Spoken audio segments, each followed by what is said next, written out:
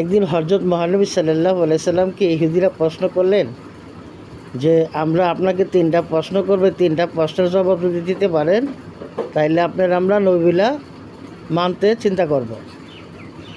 তখন প্রশ্ন করলেন যে আল্লাহ কিসে তৈরি, রুহু কী জিনিস, এবং আল্লাহ পাক রব্বুল আলামিন সমস্ত মানুষকে যখন ব্যস্ত দিবে সে ব্যস্তে খাবারটা সর্বপ্রথম কী হবে। তো হযরত মহানবী সাল্লাল্লাহু আলাইহি সাল্লাম বললেন যে এই প্রশ্নের জবাব আগামীকাল দিব। তখন ইহুদিরা বলল, দেখ মোহাম্মদের শয়তানরা আসে নাই বলে কইতে পারল না। মহানবী সাল্লাল্লাহু আলাইহি সাল্লাম বাড়ি চলে গেলেন। তো 15 দিন পর্যন্ত অপেক্ষা করলেন, জিবরাইল আলাইহিস সালাম আসেন না। 15 দিন পরে যখন জিবরাইল আলাইহিস সালাম আসলেন, ওই তিনটা প্রশ্নের জবাব নিয়ে আসলেন। তখন রাসূল করিম সাল্লাল্লাহু আলাইহি সাল্লাম বললেন যে আজ থেকে 15 দিন ধরে আপনার জন্য অপেক্ষা করতেছি, আর আপনি 15 দিন পরে আসলেন। তখন জিবরাইল আলাইহিস সালাম বললেন যে আপনি যখন বলছিলেন যে আগামীকাল বলুন, তখন আপনি ইনশাআল্লাহ বলেন নাই। এই ইনশাআল্লাহ বলেন নাই বিধায় আল্লাহ পাক রব্বুল আলামিন এই 15 দিন আমাকে বিলম্ব করছে। আল্লাহর হুকুম ছাড়া তো আমি আসতে পারি না। তখন জিবরাইল আলাইহিস সালাম বললেন, আপনি যাইয়া ইহুদিদের বলে দেন যে এই তিনটা প্রশ্নের জবাব আপনি বলে দেন।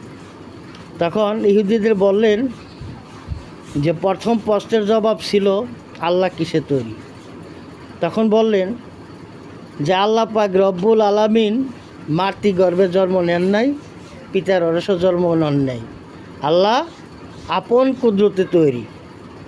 দ্বিতীয় প্রশ্ন যে রুহু কী জিনিস, তা আপনি বলে দেন রুহু আল্লাহর একটা হুকুম, আল্লাহ যখন বলে হয়ে যাও তখন হয়ে যা।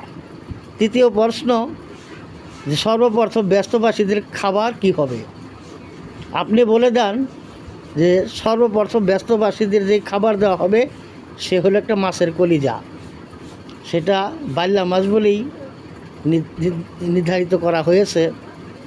তো এই তিনটা প্রশ্নের জবাব যখন ইহুদিদের দিয়ে দিলেন, আর কোরআনের সর্বশেষ সূরা ইখলাস তখনই নাজিল হইল, কুল হুয়াল্লাহু আহাদ হুচ্চামার লাম ইয়ালিদ ওয়া লাম ইউলাদ ওয়া লাম ইয়াকুল লাহু কুফুয়ান আহাদ।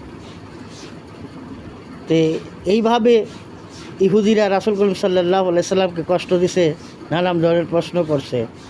তো কোনো আল্লাহ মানুষকে ভালো মানুষ কখনো বিদ্রোহ করে না এবং কষ্ট দেয় না এবং প্রশ্ন করে না, জানার জন্য জিজ্ঞাসা করে। এটাই আল্লাহর পথ। সমস্ত মানুষকে জন্য দোয়া করছি, সবাই ভালো থাকুন, সুস্থ থাকুন। আমার ভিডিওটা বেশি বেশি শেয়ার, লাইক এবং ফলো দিবেন ইনশাল্লাহ। ধন্যবাদ সবাইকে।